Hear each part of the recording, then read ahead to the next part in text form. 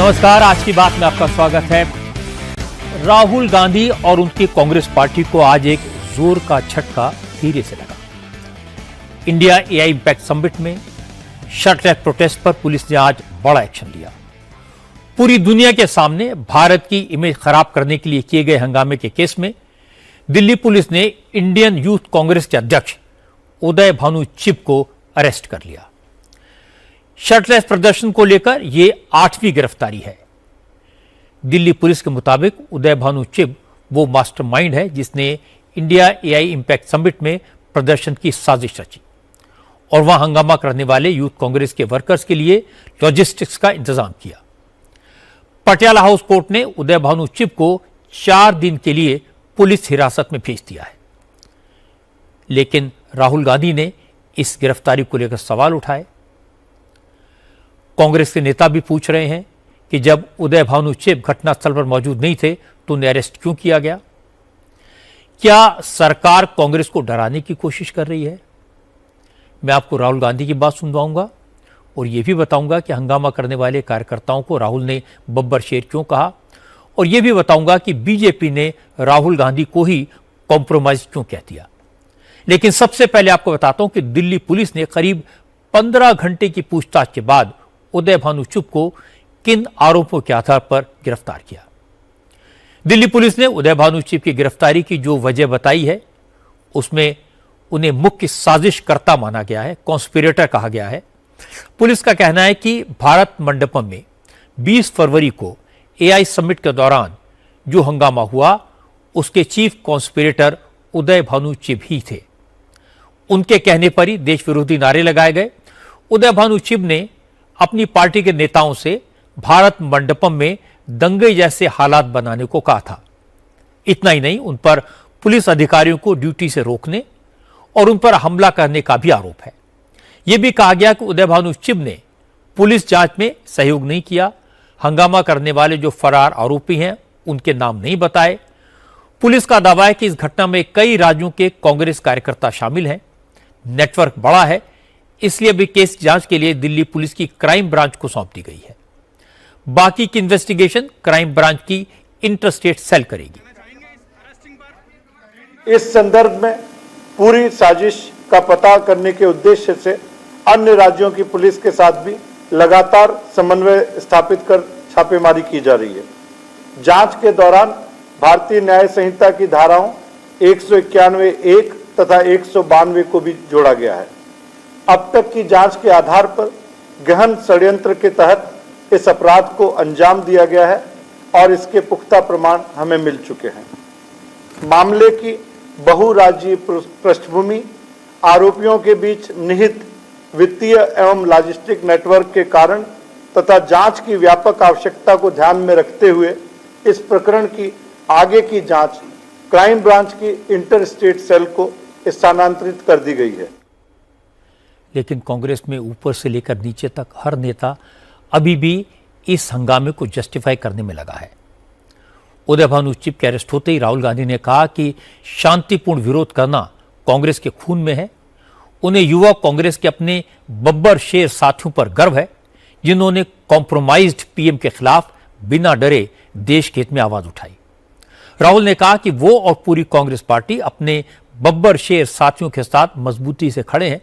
और इसके बाद भोपाल में आयोजित किसान महापंचायत में भी राहुल गांधी ने कहा कि सरकार कितनी भी कोशिश कर ले, कांग्रेस कार्यकर्ता डरेंगे नहीं। हमारे जो यूथ कांग्रेस के बब्बर शेर हैं, हमारे यूथ कांग्रेस के लोग, हमारे कार्यकर्ता बब्बर शेर, आप किसी से नहीं डरोगे, आप किसी से नहीं डरोगे। आप में कांग्रेस पार्टी का खून है, देशभक्ति का खून है। आप हरी क्रांति लाए, आपने देश को अनाज दिया, भोजन दिया, वही काम नरेंद्र मोदी ने खत्म किया है। आपने इंडस्ट्री बनाई, वही काम नरेंद्र मोदी ने खत्म किया। आप 21वीं सदी में आईटी रेवोल्यूशन लाए, डेटा देकर, वही काम नरेंद्र मोदी ने खत्म किया। आपको डरने की जरूरत नहीं है। आप सबको दिल से धन्यवाद करता हूं। देश के युवाओं से कहना चाहता हूं, आप देखिए नरेंद्र मोदी जब भाषण देते हैं उनकी आंख को देखिए, उनकी आंखों में देखिए और आपको पता लग जाएगा नरेंद्र मोदी जी की सच्चाई। नरेंद्र मोदी जी अमेरिका के दबाव में आए हैं और इसलिए इन्होंने यूएस इंडिया डील की है। कांग्रेस अध्यक्ष मल्लिकार्जुन खड़गे भी अपनी पार्टी के युवा अध्यक्ष के समर्थन में सामने आए। खड़गे ने कहा कि प्रधानमंत्री मोदी ने देश को बेच दिया है और इसका विरोध भी नहीं करने दे रहे।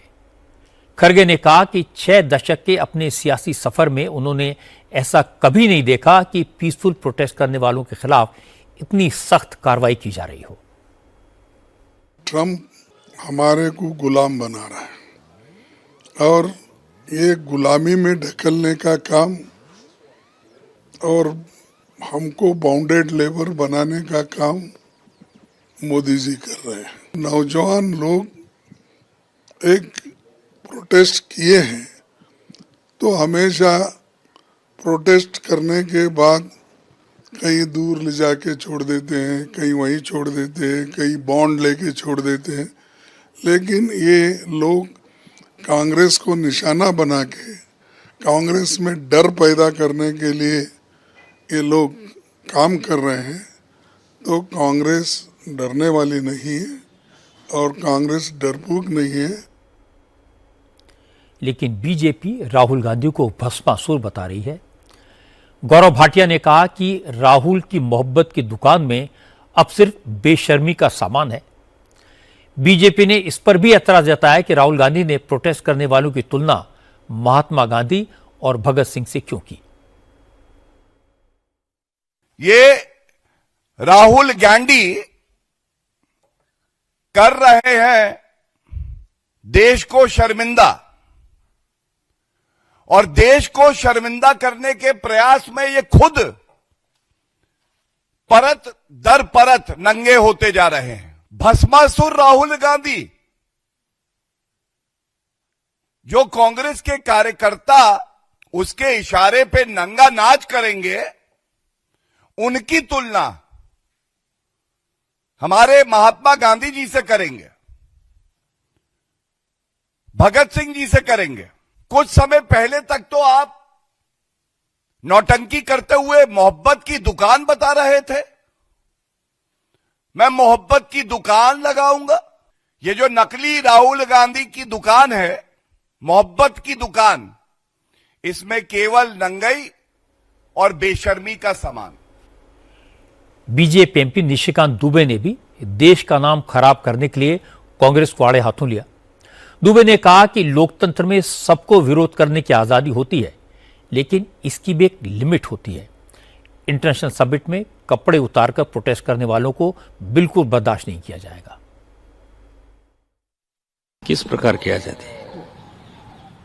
ये आर्टिफिशियल इंटेलिजेंस का नेतृत्व माननीय प्रधानमंत्री जी ने किया और फ्रांस से ज्यादा सक्सेसफुल रहा। 91 कंट्री उसके सिग्नेटरी हुए। जो रिजोल्यूशन पास होना था, पूरी दुनिया आई, सुंदर पिचई से लेकर हॉल्टमैन तक। कोई ऐसा आदमी नहीं है जो नहीं आया।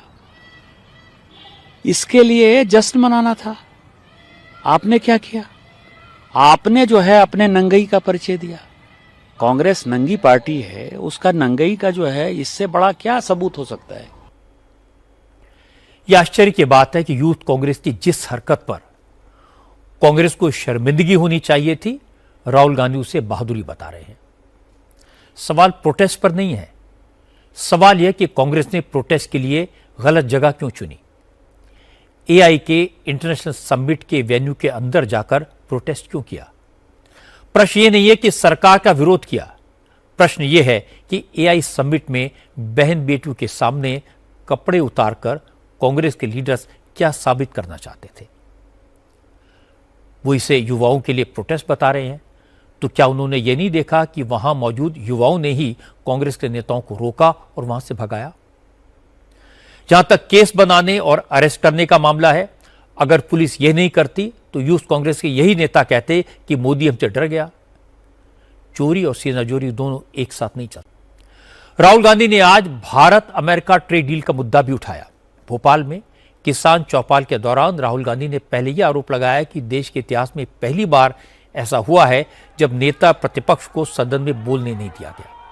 राहुल ने कहा वो चीन की घुसपैठ पर बोलना चाहते थे, एप्स्टीन फाइल्स पर बोलना चाहते थे, लेकिन उन्हें रोक दिया गया। इसके बाद Rahul Gandhi Bharat America trade deal पर आए। उन्होंने आरोप लगाया कि प्रधानमंत्री नरेंद्र मोदी कॉम्प्रोमाइज्ड हैं। उन्होंने कैबिनेट से बात नहीं की, कृषि मंत्री से बात नहीं की और सीधे अमेरिकी प्रेसिडेंट ट्रंप को फोन करके डील फाइनल कर दी। 4 महीने ये डील रुकी हुई थी। लोकसभा से नरेंद्र मोदी भाग के गए। आप सबने टीवी पे देखा, भागते हुए गए। अगले दिन झूठा बहाना बनाया कि कांग्रेस पार्टी की महिलाएं उन पर आक्रमण करने जा रही थी। सच्चाई है कि प्रधानमंत्री पार्लियामेंट में नहीं खड़े हो पाए और फिर सीधा फोन लगा ट्रंप को। आप शिवराज चौहान जी से पूछिए, कृषि मंत्री हैं, क्या कैबिनेट ने निर्णय लिया? नहीं। राजनाथ सिंह जी से पूछिए, गडकरी जी से पूछिए, कैबिनेट से कुछ नहीं पूछा गया। सीधा प्रधानमंत्री ने फोन किया, कहा मैं डील करने को तैयार हूं और हिंदुस्तान के किसानों को बेच दिया, हिंदुस्तान की गारमेंट इंडस्ट्री को बेच दिया, हमारा सारा का सारा डेटा अमेरिका को दे दिया। राहुल गांधी ने कहा कि अमेरिका को भारत का डेटा बेच दिया। इस डील ने टेक्सटाइल इंडस्ट्री को खत्म कर दिया। इस डील में जो भी तय हुआ है वो किसानों की इनकम को खत्म कर देगा। हिंदुस्तान के डेटा के बिना चाइना का मुकाबला अमेरिका नहीं कर सकता है। बात समझिए, आपके डेटा के बिना अमेरिका चाइना का मुकाबला नहीं कर सकता है। और इस डील में छोटी सी स्क्रिप्ट में पीछे नरेंद्र मोदी ने हिंदुस्तान का सारा डेटा अमेरिका के हवाले कर दिया है। किसानों को खत्म किया, हमारा डेटा दिया, टेक्सटाइल इंडस्ट्री उसको खत्म कर दिया। नरेंद्र मोदी जी की आंखों में आप देखिए,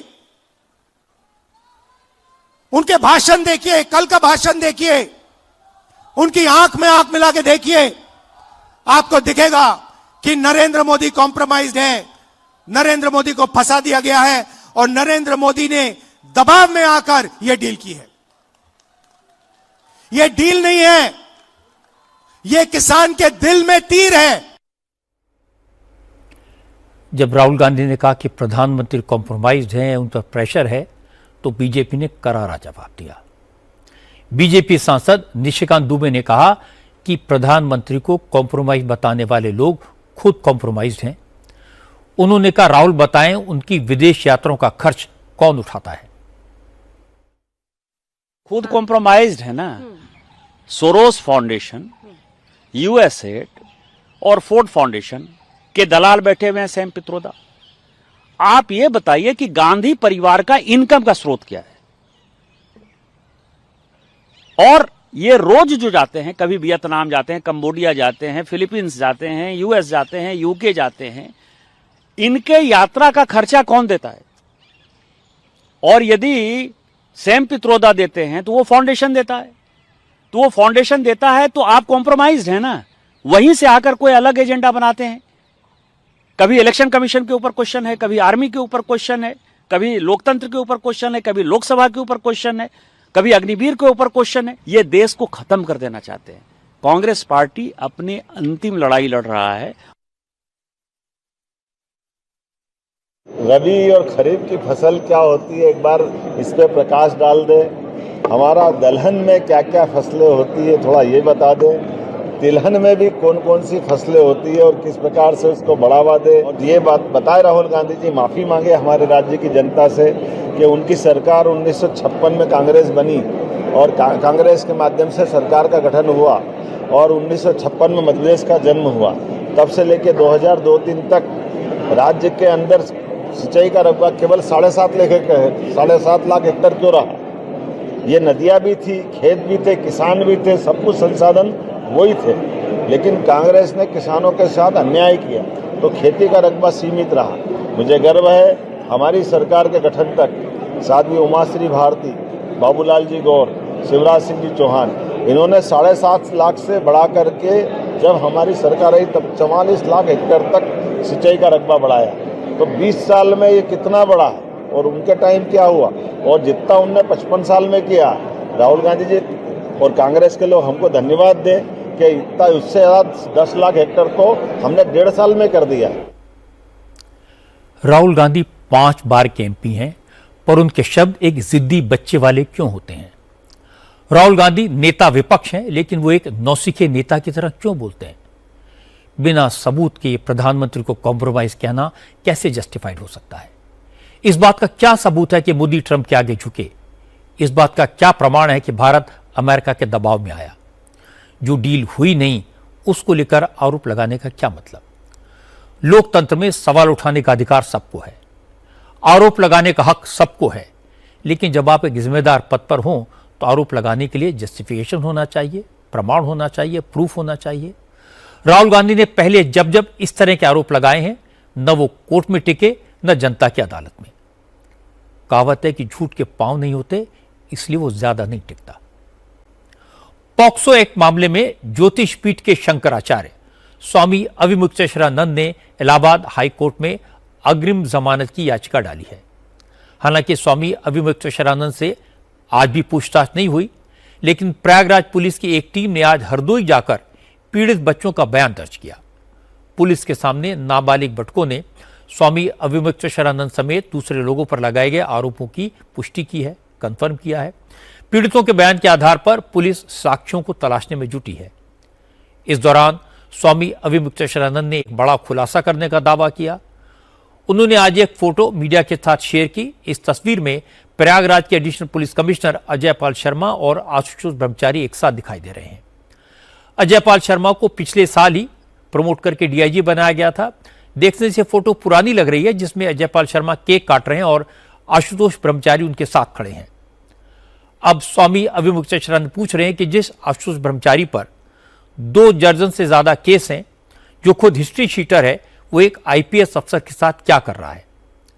उन्होंने कहा कि आशुतोष ब्रह्मचारी ने प्रयागराज पुलिस के बड़े अफसरों के साथ मिलकर उनके खिलाफ झूठा केस करवाया।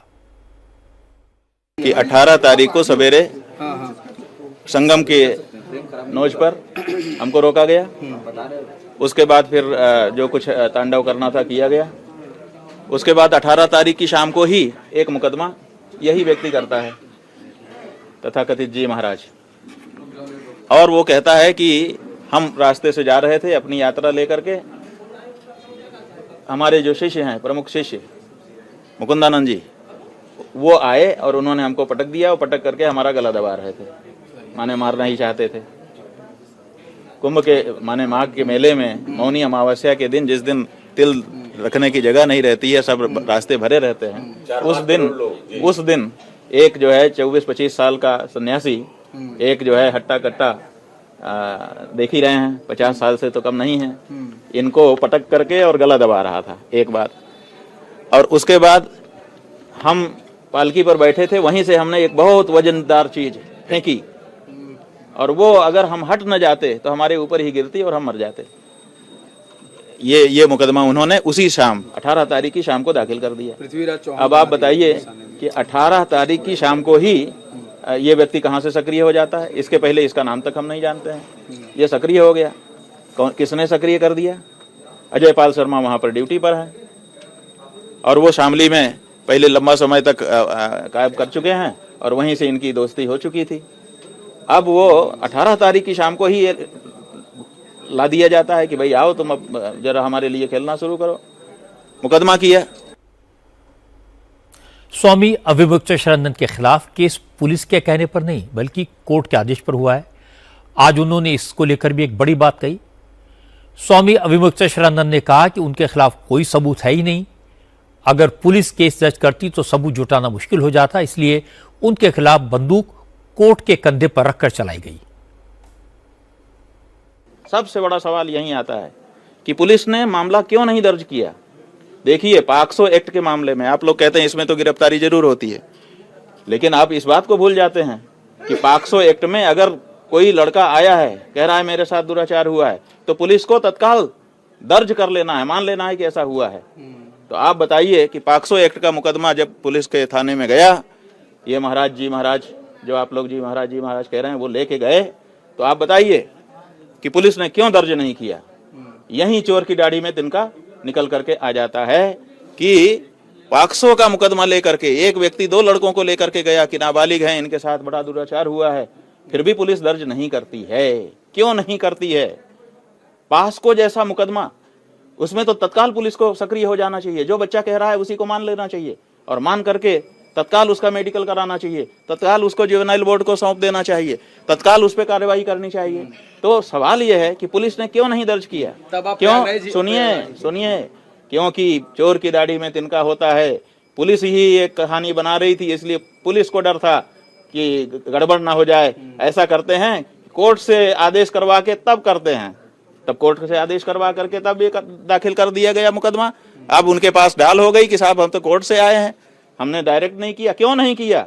सबसे बड़ा सवाल यही है कि पॉक्सो जैसा मुकदमा, बच्चों के साथ अत्याचार अन्याय का मामला, और पुलिस के पास वो बच्चे जाते हैं, वो कह रहा है कि मैं तो बच्चों को लेके गया था, और इन्होंने दर्ज नहीं किया। कृपया हमारा सुने। फिर वो कहता है कि मैंने 2 तारीख को ईमेल किया बड़े अधिकारियों को। बड़ी अधिकारी ईमेल पाने के बाद उन्होंने भी कुछ नहीं संज्ञान लिया। क्यों नहीं लिया? क्योंकि बड़े अधिकारी पहले से मिले हुए थे, वो सोच रहे थे कि हमारी निंदा ना हो जाए, इसलिए पहले कोर्ट से ले लेते हैं, चुप रह जाते हैं, तब जाकर के कोर्ट में मामला गया है। समझ रहे हैं? प्रयागराज रेंज के डीआईजी के साथ फोटो सामने आने पर आशुतोष ब्रह्मचारी ने अपना पक्ष रखा। आशुतोष ब्रह्मचारी ने इस बात को तो माना कि वो अजयपाल शर्मा को जानते हैं, लेकिन इस तस्वीर को उन्होंने एआई जनरेटेड बताया। जिस अधिकारी की बात की जा रही है वह अधिकारी मेरे जिले जनपद का शामली में जब मैं रहता था तो वहां के कप्तान रहा करते थे। हाँ, मानता हूँ इन्होंने अच्छे एनकाउंटर किए हैं और बहुत अच्छे वहां पर काम किए हैं, पर व्यक्तिगत मेरे मामले में मुझे जेल भेजने का काम सपा सरकार में इसी अधिकारी ने किया था। तो ऐसे अधिकारी के साथ मेरे संबंध हो सकते हैं? कभी नहीं हो सकते हैं। खैर, उस मुकदमे में मुझे माननीय हाईकोर्ट ने और माननीय न्यायालयों ने मुझे दोष मुक्त कर दिया है, परंतु यह फोटो एआई के द्वारा फर्जी और एडिट किया हुआ फोटो है। मेरा इस फोटो से कोई लेना देना नहीं है, ना ही अधिकारी से लेना देना है। शंकराचार्य के मामले में सियासत भी जमकर हो रही है। अखिलेश यादव के बाद अब कांग्रेस के नेता खुलकर शंकराचार्य के सपोर्ट में आए। आज यूपी कांग्रेस अध्यक्ष अजय राय वाराणसी में स्वामी अविमुक्तेश्वरानंद के मठ में गए। अजय राय ने कहा कि वो पिछले 30 साल से इस मठ में आते रहते हैं, लेकिन अब जिस तरह शंकराचार्य को फंसाने की कोशिश की जा रही है उसे बर्दाश्त नहीं किया जाएगा।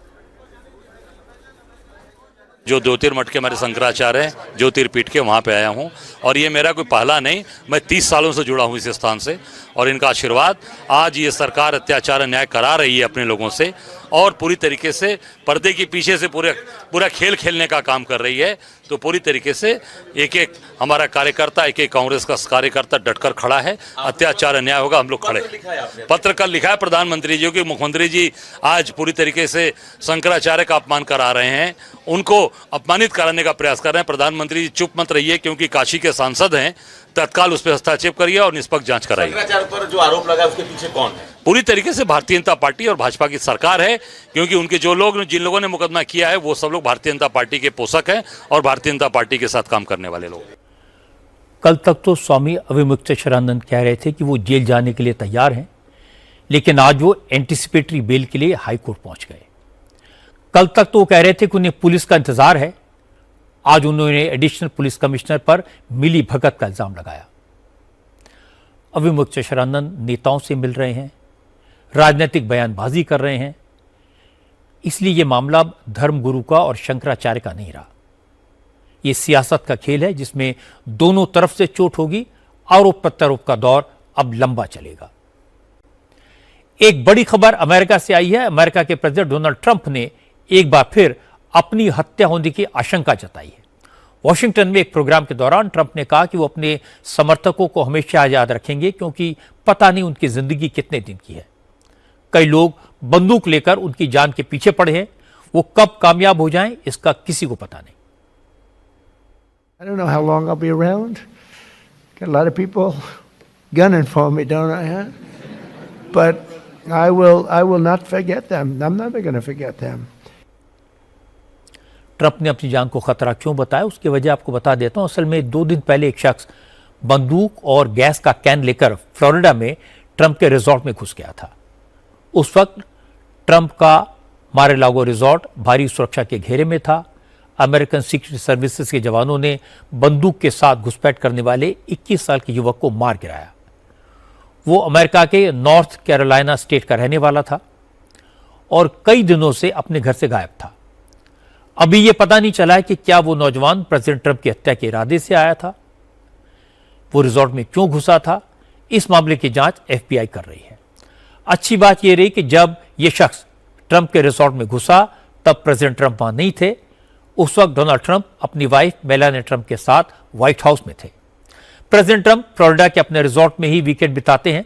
शायद हमलावर इसी वजह से वहां पहुंचा था, लेकिन उस दिन ट्रंप फ्लोरिडा नहीं गए, व्हाइट हाउस में ही वीकेंड बिताया। इससे पहले भी ट्रंप को जान से मारने की कोशिश हो चुकी है। आपको याद होगा जुलाई 2024 में पेंसिल्वेनिया के बटलर में एक रैली के दौरान ट्रंप पर गोली चलाई गई थी। हालांकि गोली उनके कान को छूकर निकल गई थी और सिक्योरिटी फोर्सेज ने हमलावर नौजवान को मार गिराया था। उस वक्त ट्रंप राष्ट्रपति चुनाव के लिए कैंपेन कर रहे थे। प्रेसिडेंट ट्रंप दुनिया के सबसे सुरक्षित हेड ऑफ स्टेट हैं। अगर उन्हें भी डर लगता है तो ये बहुत चिंता की बात है। ट्रंप जैसे भी हैं, चाहे जो भी कहते हैं, जो भी करते हैं, उससे कुछ लोगों को नाराजगी हो सकती है, लेकिन लोकतंत्र में गोली और बंदूक की कोई जगह नहीं होती। प्रेसिडेंट ट्रंप सुरक्षित रहे, ईश्वर उन्हें लंबी आयु दे। अमेरिका के हमले की बढ़ती आशंका के बीच आज ईरान ने भी अपनी ताकत दिखाई। आज ईरान के रिवॉल्यूशनरी गार्ड्स ने देश के अलग अलग इलाकों में एक साथ मल्टीपल मिसाइल ड्रिल की और दुश्मन से निपटने की अपनी क्षमता का प्रदर्शन किया। ईरान के पास अलग अलग रेंज की कई मिसाइल्स हैं। इनमें सुपरसोनिक और हाइपरसोनिक मिसाइल्स भी शामिल हैं। ईरान ने आज मिसाइल ड्रिल करके मैसेज दिया कि अगर अमेरिका ने हमला किया तो पूरा मिडिल ईस्ट उसकी रेंज में होगा। अमेरिका के सैनिक अड्डे और इजराइल भी उसकी जद में आएंगे। रिवॉल्यूशनरी गार्ड्स को ईरान के सुप्रीम लीडर अयतुल्ला खामनेई की पर्सनल आर्मी कहा जाता है। एक तरफ ईरान के विदेश मंत्री अब्बास अरागची अमेरिका के साथ डील के लिए बात कर रहे हैं, दूसरी तरफ अयतुल्ला खामनेई ने कह दिया कि ईरान कभी भी अमेरिका के आगे सरेंडर नहीं करेगा। इस बीच अमेरिका का सबसे बड़ा एयरक्राफ्ट कैरियर भी मिडिल ईस्ट पहुंच गया है। USS जेराल्ड आर फोर्ड इस वक्त भूमध्य सागर में ग्रीस के क्रेट आइलैंड के पास मौजूद है और माना जा रहा है कि युद्ध छिड़ने की सूरत में ये एयरक्राफ्ट कैरियर इजराइल को एयर डिफेंस की शील्ड देगा और इससे अमेरिका के फाइटर जेट ईरान पर हमला करने के लिए उड़ान भर सकेंगे। अमेरिका ने लेबनान से भी कहा कि वो उसके फाइटर जेट्स को लेबनान के एयर स्पेस से गुजरने की इजाजत दे दे। इसे भी ईरान पर हमले की अमेरिकी तैयारी के तौर पर देखा जा रहा है। हालांकि जिनेवा में ईरान और अमेरिका के बीच डील को लेकर बातचीत चल रही है, लेकिन इस दौरान अमेरिका ने ईरान की घेरेबंदी के लिए सैकड़ों फाइटर जेट्स और दर्जनों जंगी जहाज मिडिल ईस्ट में तैनात कर दिए हैं। इसे 2003 के खाड़ी युद्ध के बाद अमेरिकी सेना का सबसे बड़ा जमावड़ा कहा जा रहा है। यह सही है कि अमेरिका और ईरान दोनों एक दूसरे से टकराने के लिए तैयार हैं। दोनों के पास एक से खतरनाक हथियार हैं। जंग के पूरे आसार हैं। अगर युद्ध हुआ ये दुनिया के लिए अच्छा नहीं होगा, लेकिन दोनों मुल्कों को यह समझना चाहिए कि युद्ध से आज तक किसी समस्या का समाधान नहीं निकला। अब पाकिस्तान की बात करते हैं। रावलपिंडी की अडयाला जेल में बंद पाकिस्तान के पूर्व प्रधानमंत्री इमरान खान की सेहत लगातार बिगड़ती जा रही है। कल देर रात इमरान खान को जेल से निकालकर इस्लामाबाद में Pakistan institute of medical sciences ले जाया गया। शहबाज हुकूमत ने इमरान खान को जेल से हॉस्पिटल ले जाने की जानकारी न तो उनकी पार्टी को दी और न ही इमरान खान के परिवार को। इमरान खान को कड़ी सुरक्षा में बख्तरबंद गाड़ी में बैठाकर इस्लामाबाद के हॉस्पिटल लाया गया था। शहबाज सरकार ने इस बारे में जो ऑफिशियल बयान जारी किया है उसके मुताबिक इमरान खान की आंख का इलाज चल रहा है और उसी के फॉलोअप के लिए उनको रावलपिंडी की जेल से इस्लामाबाद लाया गया था। उनको एक इंजेक्शन लगाकर 15-20 मिनट के भीतर ही तगड़ी सुरक्षा में वापस भेज दिया गया। हॉस्पिटल विजिट के दौरान इमरान खान को किसी से मिलने नहीं दिया गया और जैसे इमरान खान को जेल से हॉस्पिटल लाने की खबर मिली, उनके सपोर्टर्स इस्लामाबाद के हॉस्पिटल पहुंचने लगे थे। लेकिन सिक्योरिटी फोर्सेस ने किसी को हॉस्पिटल कैंपस में घुसने नहीं दिया और फौरन इमरान को वापस लेकर जेल के लिए रवाना हो गए। मुझे जो ही खबर मिली कि खान साहब को पिम्स लेकर आए हैं, तो मैं यहां से बनीगाला से एकदम से उठा और पिम्स गया। जब मैं वहां पर गया तो दिल के जो इमरजेंसी है उसकी बैक साइड से खान साहब को लेकर गए थे। आंखों की ट्रीटमेंट भी वहां पर ही होती है, मतलब आसपास ही है। तो वहां पे बिल्कुल ब्लैकआउट था, बिल्कुल लाइट्स ऑफ थी। तो सिविल में बंदे खड़े थे, मास्क उन्होंने पहने हुए थे। तो उन्होंने कहा यहां से आगे जाओ, यहां से आगे जाओ, नहीं रुकना। तो मैं हल्की सी गाड़ी आगे करके जा ही रहा था, मैंने शीशा नीचे किया तो एक करोला मेरे पास से गुजरी। तो उससे बंदा बाहर मुंह निकाल के कह रहा था साइड पे करो गाड़ी। मैं समझा कुछ जानने वाला होगा, पीटीआई के होंगे, शायद कोई बात करना चाहते हो इस हवाले से। तो मैं देखता हूँ पीछे गाड़ियों की लाइन आ गई है। तो एकदम से मैंने फिर कैमरा निकाला और वीडियो बनाई। मैं जब यूं आगे गया, बैक साइड से लेकर गया खान साहब को, इमरजेंसी के जो साथ ग्राउंड है ना, उधर से बैक साइड से खान साहब को वापस लेकर गया। इस बीच जैसे इमरान खान को चोरी चुपके हॉस्पिटल लाने की खबर मिली तो उनकी बहनों ने रावलपिंडी में अडयाला जेल के बाहर धरना देने का ऐलान कर दिया। इमरान खान की 3 बहनें उज़्मा खान, अलीमा खान और नौरीन नियाजी अपने समर्थकों के साथ अडयाला के बाहर धरना देने के लिए निकल पड़ी। उनके साथ इमरान खान की पार्टी तहरीक-ए-इंसाफ के नेता और वर्कर्स भी थे। कुछ और विपक्षी दलों के सांसद भी इमरान की बहनों के साथ प्रोटेस्ट मार्च में शामिल हो गए। हालांकि रावलपिंडी की पुलिस ने किसी को जेल की तरफ बढ़ने नहीं दिया। जेल के गेट के बाहर रोक दिया गया, जिसके बाद सभी लोग सड़क पर ही धरना देने के लिए बैठ गए। असल में इमरान खान की दाहिनी आंख की रोशनी चली गई है। सुप्रीम कोर्ट मॉनिटर्ड एक कमेटी ने इस बात की जानकारी अपनी रिपोर्ट में दी थी, जिसके बाद कुछ हफ्ते पहले इमरान खान को रातों रात इस्लामाबाद के हॉस्पिटल ले जाया गया था। हालांकि सरकार ने कहा था कि इमरान की सेहत बिल्कुल ठीक है, उनकी आंख की रोशनी भी धीरे धीरे वापस आने लगी है। लेकिन इमरान खान के सपोर्टर्स को शहबाज हुकूमत के दावों पर जरा भी भरोसा नहीं है, क्योंकि 2 दिसंबर के बाद जेल में इमरान खान को किसी फैमिली मेंबर से नहीं मिलने दिया गया। उनको सॉलिटरी कंफाइनमेंट में रखा गया है। इसी वजह से इमरान खान के समर्थकों को लगता है कि शहबाज सरकार कुछ न कुछ छुपा रही है। अभी ये दूसरी दफा है और हुकूमत चुपके से उनको दूसरी दफा अस्पताल लेकर आ रही है, तो इसका मतलब है उनकी आंख का मसला सीरियस है। पिम्स हॉस्पिटल में रेटिना का स्पेशलिस्ट है ही नहीं। लेकिन मुसलसल ये जाली हुकूमत की हठधर्मी हमें समझ नहीं आ रही कि वो क्यों इस बात को नहीं मान रहे और वो क्या छुपा रहे हैं कि उनको ना उनकी फैमिली से मिलने दिया जा रहा है, ना ही जाती डॉक्टर से मिलने दिया जा रहा है। और मेरे ख्याल में इस तरह की हठधर्मी मुल्क के हालात खराब करने के मुतरादिफ है। इनको चाहिए कि इमरान खान साहब का जो कानूनी हक है कि उनकी मर्जी के मुताबिक उनके जाती डॉक्टर्स और उनकी फैमिली की मौजूदगी में उनका इलाज हो, लेकिन समझ में नहीं आ रहा कि ये लोग क्या छुपाने की कोशिश कर रहे हैं। पाकिस्तान के कई विपक्षी दल भी इमरान खान को इस मामले में सपोर्ट कर रहे हैं। उनका कहना है कि इमरान खान पर हमला हो चुका है, वो देश के फॉर्मर प्राइम मिनिस्टर हैं, इसलिए शहबाज हुकूमत को उनकी सेहत के साथ किसी तरह का खिलवाड़ नहीं करना चाहिए। इमरान खान साहब की आंख इतनी खराब है, इसका मतलब है नेग्लिजेंसी हुई है, क्राइम हुआ है, लापरवाही हुई है। उसको पहले गोलियां मारी गई है, उसे किसी गोलियां मारने वाले को सजा मिली है? कहाँ है वो केस? उसका मैंडेट छीना गया है, किसी को पूछा गया है? उसके बारे में नारवा रवैये अपनाए गए हैं।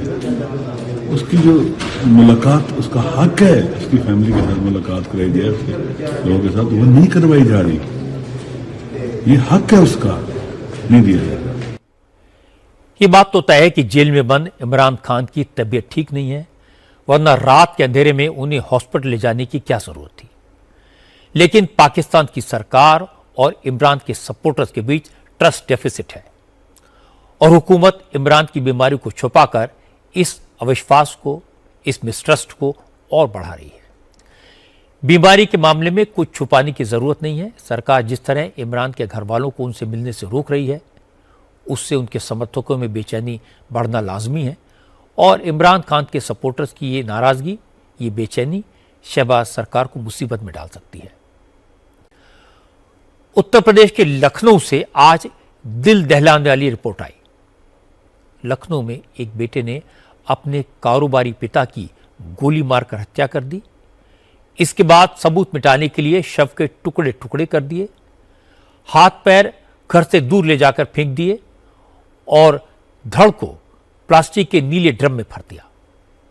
हैरानी की बात है कि बेटे ने यह सिर्फ इसलिए किया क्योंकि पिता ने उस पर पढ़ाई का प्रेशर बनाया था, लेकिन बेटा पिता के पैसों से बिजनेस करना चाहता था, पढ़ना नहीं चाहता था। घटना 20 फरवरी की है। माधवेंद्र सिंह लखनऊ के आशियाना सेक्टर एल में पूरे परिवार के साथ रहते थे। उनका पैथोलॉजी का अच्छा खासा बिजनेस है। 20 फरवरी की सुबह 4:30 बजे उनके बेटे अक्षत से नीट की तैयारी को लेकर बहस हुई। अक्षत को डराने के लिए माधवेंद्र ने राइफल निकाल ली। माधवेंद्र सिंह डरा धमकाकर चुप हो गए। कुछ देर बाद अक्षत ने वही राइफल उठाकर अपने पिता को गोली मार दी। गोली की आवाज सुनकर उसकी बहन मां आई तो अक्षत ने उसे भी धमकाकर चुप करा दिया। इसके बाद आरोपी बेटे ने शव के टुकड़े किए, हाथ पैर 21 किलोमीटर दूर ले जाकर फेंक दिए। मानवीर सिंह का धड़ प्लास्टिक के ड्रम में भरकर मकान के ग्राउंड फ्लोर पर छिपा दिया। कई दिन तक वो लोगों को गुमराह करता रहा, पिता के दिल्ली जाने की बात कहता रहा। लड़के ने ही खुद फोन करके बताया, बोले वो दिल्ली चले गए। तब हम लोगों ने कहा कि गए होंगे तो 1-2 दिन में आ जाएंगे। उसके बाद हम लोगों ने कॉल वॉल ट्राई की, फोन लगाने की कोशिश की तो फोन ऑन स्विच ऑफ जा रहा था इनका। उसी दिन से रात से करीब 1:30-2 बजे के बाद इसमें कुछ और वजह थी, पढ़ाई वढ़ाई के लिए तनाव कुछ ऐसी मुझे समझ में नहीं आ गया ऐसा कुछ है। अब जो भी उनकी वार्तालाप हुई हो, रात में आए करीब 1-1:30 बजे शादी से आए हैं और बस यही जानकारी मिली हम लोगों को। 1-1:30 बजे आए हैं, रूम पे चले गए अपने और वहाँ पे जो भी बात हुई हो उनकी, जैसा भी मैटर हुआ हो उसकी जानकारी नहीं है। तो सुबह लड़के ने बताया वो पापा दिल्ली चले गए। अक्षत ने बहुत ही शातिराना तरीके से कई दिन तक रिश्तेदारों को गुमराह किया। पहले दिल्ली जाने की बात कही, इसके बाद खुद जाकर थाने में पिता की गुमशुदगी रिपोर्ट दर्ज कराई। पिता को ढूंढने का नाटक भी किया। पुलिस को कंफ्यूज करने के लिए मोबाइल लोकेशन भी अलग अलग जगह मूव करवाई, लेकिन पुलिस को शक हो गया था। इसके बाद अक्षत के साथ सख्ती की गई।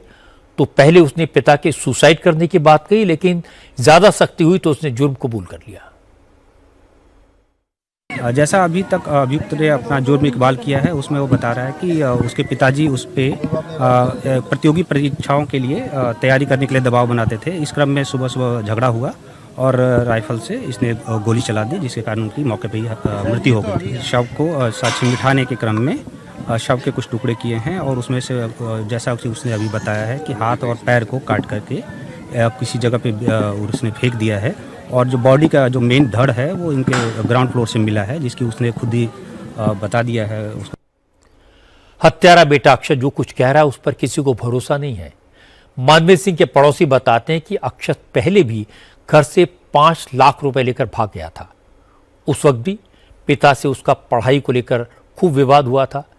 इस झगड़े के बाद पिता ने उसे पैसे देना बंद कर दिया था। पड़ोसियों का कहना है कि अक्षत बहुत ही शातिर है और वो अभी भी पूरा सच नहीं बता रहा। हम लोगों को आभास हो रहा था कि कुछ गड़बड़ है, तो आज से 3 साल पहले ये गायब हुआ था। कुछ पैसे ऐसा था इनके अकाउंट में डाल दिया था, तो वो बोला कि हम बिजनेस एम्पायर खड़ा करेंगे। तो बाप टूट गया था कि बेटा कैसे भाग गया, तो उसको फिल्मी स्टाइल में कानपुर से पकड़ा था। कितना पैसा लेके चला गया था? उसके अकाउंट में ही ट्रांसफर किया था, इन्होंने किया था। 5 लाख रुपए ट्रांसफर किया। तो उसने बोला 5 लाख बड़ा है, कुछ कर लेंगे, लेकिन उसे नहीं पता था। बाप ने ऐसे ही नहीं बनाया, बाप ने बहुत मेहनत की होगी इसके लिए। तो उसको पकड़ लाया। तो जो सख्ती पढ़ाई के लिए कर रहे थे, पढ़ाई के लिए सख्ती कम कर दी थी। फिर भी वो अपना हैंड होल्ड ज्यादा चाह रहा था, पैसे का एक्सेस। बाप ने सख्ती कर दी, पैसे का एक्सेस पूरा ले लिया। तो अपने हाथ में 5 लाख रुपए भी विड्रॉन कर लिए थे। इवन खाने पीने के लिए कुछ मंगाता था तो भी बाप से ही परमिशन लेता था, QR भेज के। आई थिंक इस जगह पर कुछ डिस्क्रिपेंसी रही होगी कि पैसा ज्यादा होने के बाद बेटे के एक्सेस कम थे। इंटेलिजेंट था, हाइपर इंटेलिजेंट। आप लोगों हम लोगों से इंटेलिजेंट। वो अपने बाप की लोकेशन तक ट्रेस करता था, कहाँ है। चलती हुई लाइव लोकेशन दिखती थी उसके मोबाइल, क्योंकि जब खोजे हमने कि बाप कहाँ गए, तो उसने बोला कि बाप वहां गए थे, इमामबाड़ा से आए थे। हमने लोकेशन दिखाओ जरा, तब उसने फोन में दिखाई, लोकेशन दिखा डाली। लोकेशन वो कहाँ जा रहे, कितनी देर में बैठते हैं, वो उसके फोन में एक्सेस था। बेटे ने पिता को गोली मार दी, हत्या कर दी, इस पर कोई सपने में भी यकीन नहीं कर सकता। इस बेटे ने पिता को गोली कैसे मारी होगी, फिर बॉडी के टुकड़े कैसे किए होंगे, वो हैवान क्यों बन गया, ये सोचकर भी दिल दहल जाता है। अच्छा खासा परिवार है, किसी चीज की कोई कमी नहीं है। क्या परवरिश में कोई कमी रह गई? क्या बेटा हैबिचुअल ऑफेंडर है? ये सच आने में भी वक्त लग जाएगा। झारखंड से भी एक बुरी खबर आई। रांची से मरीज को दिल्ली ले जा रही एक एयर एम्बुलेंस चतरा में क्रैश हो गई। इस हादसे में एयर एम्बुलेंस में सवार सारे के सारे 7 लोगों की मौत हो गई। मरने वालों में 2 पायलट, कैप्टन विवेक, कैप्टन सबराजदीप, मरीज संजय कुमार, उसकी वाइफ अर्चना, भांजा ध्रुव कुमार, डॉक्टर विकास गुप्ता और पैरामेडिक स्टाफ सचिन मिश्रा शामिल हैं। पेशेंट संजय के रिश्तेदारों ने बताया कि 16 फरवरी को संजय शॉर्ट सर्किट से लगी आग में झुलस रहे थे। उनका रांची में इलाज चल रहा था। हायर ट्रीटमेंट के लिए कल उन्हें एयर एम्बुलेंस से दिल्ली ले जाने की बात तय हुई। 8 लाख रुपए में एयर एम्बुलेंस हायर की गई। इसके लिए परिवार ने पैसा कर्ज लिया। शाम 7:15 बजे एयर एम्बुलेंस ने रांची से उड़ान भरी और करीब 20 मिनट बाद एटीसी से उसका संपर्क टूट गया। 6:45 बजे के करीब चतरा के जंगलों में लोगों ने धमाके की आवाज सुनी। जब लोग वहां पहुंचे तो उन्हें मलबा पड़ा मिला। झारखंड में एयर एम्बुलेंस का क्रैश बहुत दुखदाई है। इसमें सिर्फ 7 लोगों की जान नहीं गई, कई परिवार पूरी तरह उजड़ गए, बर्बाद हो गए। जिसका इलाज होना था उसके परिवार ने सारी पूंजी जुटाकर कर्ज लेकर एयर एम्बुलेंस के लिए 8 लाख रुपए इकट्ठा किए थे। जिस डॉक्टर की मौत हुई उसके पिता ने अपनी जिंदगी की सारी कमाई उसे डॉक्टर बनाने में लगा दी थी। जिस पायलट की डेथ हुई उसका 6 महीने पहले ही कैप्टन के तौर पर प्रमोशन हुआ था। इन परिवारों का क्या हाल है इसका अंदाजा लगाना भी मुश्किल है। झारखंड के हेल्थ मिनिस्टर इरफान अंसारी खुद कह रहे हैं कि अगर वहां अच्छे हॉस्पिटल होते, झारखंड में इलाज की अच्छी व्यवस्था होती तो शायद 7 लोगों की जिंदगी बच जाती। एक हैरान करने वाली खबर चंडीगढ़ से आई है। यहां प्राइवेट सेक्टर के आईडीएफसी फर्स्ट बैंक में 590 करोड़ रुपए का घोटाला पकड़ा गया। इस घोटाले का शिकार हरियाणा की सरकार हुई। असल में आईडीएफसी बैंक की चंडीगढ़ ब्रांच में हरियाणा सरकार के प्रदूषण पंचायत विभाग, पंचकुला म्युनिसिपल कॉरपोरेशन और कालका सिटी काउंसिल के अकाउंट हैं। हरियाणा सरकार के प्रदूषण विभाग ने एक खाता बंद करके उसके पैसे एक सरकारी बैंक में ट्रांसफर करने को कहा, लेकिन जब आईडीएफसी ने पैसे ट्रांसफर किए तो वो विभाग की बैलेंस शीट से कम थे। जांच हुई तो पता चला कई और सरकारी खातों से भी ऐसे ही पैसे निकाल लिए गए। जितने पैसे सरकार की बैलेंस शीट में दर्ज थे उससे कम रकम बैंक अकाउंट में दिखाई गई। हरियाणा सरकार के अलग अलग विभागों और कॉरपोरेशंस के 4 अकाउंट से 590 करोड़ रुपए की हेराफेरी हो चुकी थी। मामला सामने आते ही नायब सैनिक की सरकार एक्टिव हुई। फौरन आईडीएफसी बैंक में अपने खाते बंद करके सारे पैसे सरकारी बैंकों में ट्रांसफर करने का आदेश दिया। वहीं इस घोटाले की शुरुआती जांच के बाद आईडीएफसी बैंक ने अपने 5 कर्मचारियों को सस्पेंड किया और इस मामले की रिपोर्ट रिजर्व बैंक को दी है। आज नायब सिंह सैनी ने कहा कि सरकारी खातों से निकाले गए 556 करोड़ रुपए और उस पर ब्याज के 22 करोड़ रुपए सरकारी खातों में वापस आ चुके हैं। चीफ मिनिस्टर ने कहा कि सरकारी खातों से पैसे कैसे निकले, किसने निकाले और इसमें कौन कौन शामिल है, इसका पता लगाने के लिए हरियाणा के फाइनेंस सेक्रेटरी की अध्यक्षता में एक कमेटी बना दी गई है।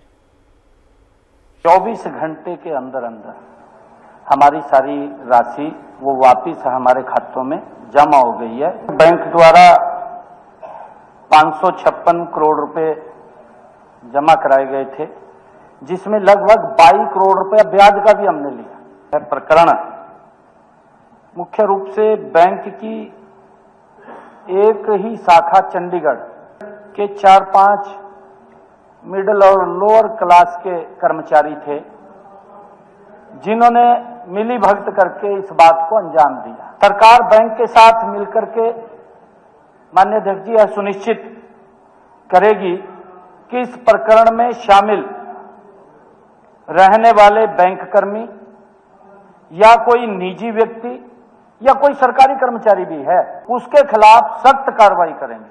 हमने वित्त सचिव के अध्यक्षता में एक हाई लेवल कमेटी भी बनाई जो न केवल इस प्रकरण में शामिल अधिकारियों कर्मचारियों की जवाबदेही तय करेगी, बल्कि ऐसे सुझाव भी ये कमेटी देगी जिससे भविष्य में इस प्रकार की स्थिति न बन सके। हरियाणा सरकार के पैसे तो वापस आ गए, लेकिन विपक्षी दलों का इल्जाम है कि आईडीएफसी बैंक का ये घोटाला बहुत बड़ा है। इसमें कई बड़े अधिकारी और सरकार के बड़े नेता शामिल हो सकते हैं, इसलिए इसकी एक इंडिपेंडेंट इंक्वायरी होनी चाहिए। जाहिर है, जब ऐसे फ्रॉड के मामले सामने आते हैं तो सरकारी सिस्टम पर शक होता है और बैंक पर भी भरोसे का संकट होता है। ये अच्छी बात है कि आईडीएफसी बैंक ने भरोसा दिलाया कि ये सिर्फ एक ब्रांच के कुछ कर्मचारियों से जुड़ा मामला है और आम लोगों का पैसा उनके बैंक में पूरी तरह सुरक्षित है। पश्चिम बंगाल में एसआईआर को लेकर सुप्रीम कोर्ट ने आज एक बड़ा फैसला दिया। कोर्ट ने कहा कि बंगाल में एसआईआर प्रोसेस में अब ओडिशा और झारखंड के जुडिशियल ऑफिसर्स को भी शामिल किया जाए। सुप्रीम कोर्ट ने कहा कि इन अफसरों को कम से कम 3 साल के काम का अनुभव होना चाहिए। दरअसल कुछ ही दिन पहले कोर्ट ने पश्चिम बंगाल के जुडिशियल ऑफिसर्स को एसआईआर प्रोसेस में लगाने को कहा था, लेकिन कलकत्ता हाईकोर्ट के चीफ जस्टिस ने कहा कि इस काम में 250 अफसरों को लगाया गया है, लेकिन करीब 50 लाख फॉर्म्स पेंडिंग है और अगर एक जज रोजाना 250 फॉर्म्स की जांच करेगा तब भी काम पूरा होने में करीब 80 दिन लग जाएंगे। इसके बाद सुप्रीम कोर्ट ने ओडिशा और झारखंड के जुडिशियल ऑफिसर्स को भी इसमें शामिल करने के आदेश दिए। कोर्ट ने कहा कि अब आधार कार्ड, हाई स्कूल के एडमिट कार्ड और सर्टिफिकेट भी मान्य दस्तावेज होंगे। 14 फरवरी से पहले जिन्होंने भी ऑनलाइन या फिजिकल रूप में दस्तावेज जमा कराए उन्हें स्वीकार करना होगा। कोर्ट के इस फैसले से तृणमूल कांग्रेस खुश है। कुणाल घोष ने कहा कि ममता बनर्जी तो पहले ही कह रही थी कि इतनी जल्दी काम नहीं होगा, लेकिन चुनाव आयोग की जिद की वजह से कई बीएलओ को अपनी जान गंवानी पड़ी और काम भी नहीं हुआ। ये और एक जोर सा धक्का धीरे से लगे ये इलेक्शन कमीशन का। अगर आपने ये 2 महीने टाइम शेड्यूल, ये तो कम था, तो क्या जरूरत था इलेक्शन के पहले भाजपा का पॉलिटिकल एजेंडा से ये सब करना? क्या जरूरत था? ये 2 महीना का काम नहीं था, ये सब लोग समझता है, लेकिन इलेक्शन कमीशन को समझ में नहीं आया। ये तो पूरा भाजपा का एजेंट जैसा काम किया और इसीलिए इतना मौत, इतना हैरासमेंट और काम इनकम्प्लीट। अभी ममता जी जो बोल रहा है, सुप्रीम कोर्ट का जो ऑर्डर आ रहा है, ये साबित होता है ममता बनर्जी एकदम राइट पॉइंट रेज किया था। लेकिन बीजेपी इस मामले को और इस फैसले को अपने हिसाब से देख रही है।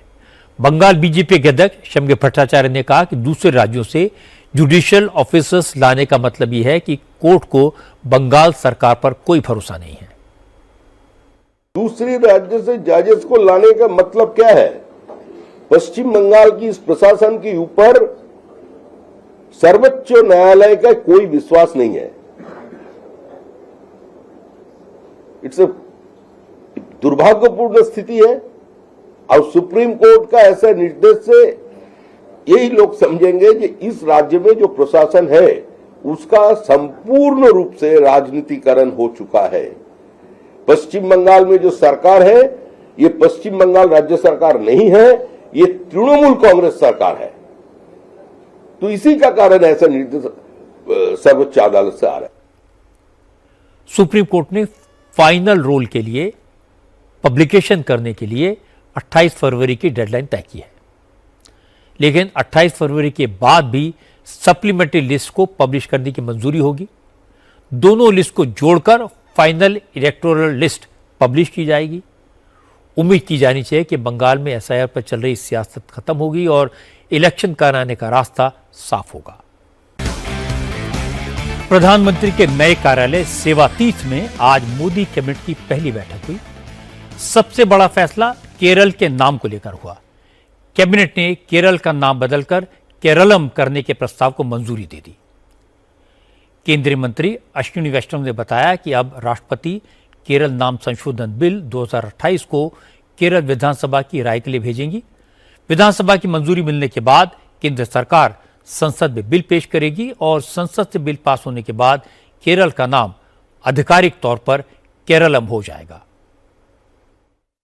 जब से भाषा के आधार पर राज्यों के डिलिमिटेशन हुए, राज्यों का निर्माण हुआ, तब से एक बड़ी डिमांड थी कि केरला का नाम केरलम होना चाहिए, जो कि मलयालम भाषा में केरलम कहा जाता है, इसलिए इसका नाम केरलम होना चाहिए। ये बड़े लंबे टाइम से डिमांड रही है। इस डिमांड को आज यूनियन कैबिनेट ने अप्रूवल दिया। आज इस फैसले के बाद में माननीय राष्ट्रपति ji Kerala alteration of name bill 2026 ये राज्य की विधानसभा के पास भेजेंगे, इसको आगे बढ़ाने के लिए। केरल का नाम बदले जाने के फैसले के बाद ममता बनर्जी ने भी एक बार फिर बंगाल का नाम बांग्ला करने की मांग की है। हालांकि केरल का नाम बदलने की मांग पुरानी है, पर चुनाव के 2 महीने पहले नाम बदलने का फैसला करने से टाइमिंग पर सवाल तो उठेंगे। लेकिन मौका भी है, सियासत का दस्तूर भी है, इसलिए बीजेपी आने वाले विधानसभा चुनाव में इसका फायदा उठाने की कोशिश करेगी और ममता बनर्जी बंगाल के लोगों से कहेगी कि हमारा नाम नहीं बदला। मैं आपको अमेरिका के मौसम का हाल बता दूं। अमेरिका एक बार फिर भयंकर बर्फीले तूफान की चपेट में है। इस बर्फीले तूफान ने उत्तरी पूर्वी अमेरिका के 9 राज्यों को अपनी गिरफ्त में लिया हुआ है।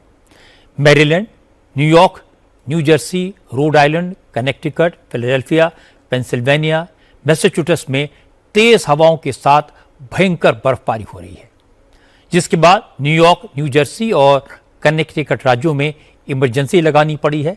स्कूल और पब्लिक ट्रांसपोर्ट बंद कर दिए गए हैं। इन राज्यों में बर्फीले तूफान की वजह से बर्फ की 2 से 3 फीट मोटी परत जम गई है। तूफान के कारण इन राज्यों में लगभग 6000 फ्लाइट्स कैंसिल करनी पड़ी हैं। कई ट्रेनों के रूट्स बदलने पड़े। न्यू जर्सी में भारी बर्फबारी की वजह से रेलवे और बस ट्रांसपोर्ट पूरी तरह से बंद कर दिया गया है। वहीं न्यूयॉर्क में कई सबवे रूट पर गाड़ियों की आवाजाही रोक दी गई है और अमेरिका के सबसे busy long island rail road को भी बंद करना पड़ा है। बर्फबारी की वजह से उत्तरी पूर्वी अमेरिका में लगभग 4 लाख घरों की बिजली सप्लाई ठप हो गई है। एडमिनिस्ट्रेशन ने बताया कि ट्रांसपोर्ट और बिजली सर्विसेज बहाल होने में कई दिन लग सकते हैं। आखिर में एक नजर कल की बड़ी खबरों पर। प्रधानमंत्री मोदी कल इजराइल जाएंगे, वहां की संसद को संबोधित करेंगे। सिंगापुर की यात्रा खत्म होने के बाद यूपी के सीएम योगी आदित्यनाथ कल जापान जाएंगे। होम मिनिस्टर अमित शाह का 3 दिन का बिहार दौरा कल से शुरू होगा। देश के सबसे बड़े अमीर नगर निगम बीएमसी का बजट कल पेश किया जाएगा। आज की बात में इतना ही।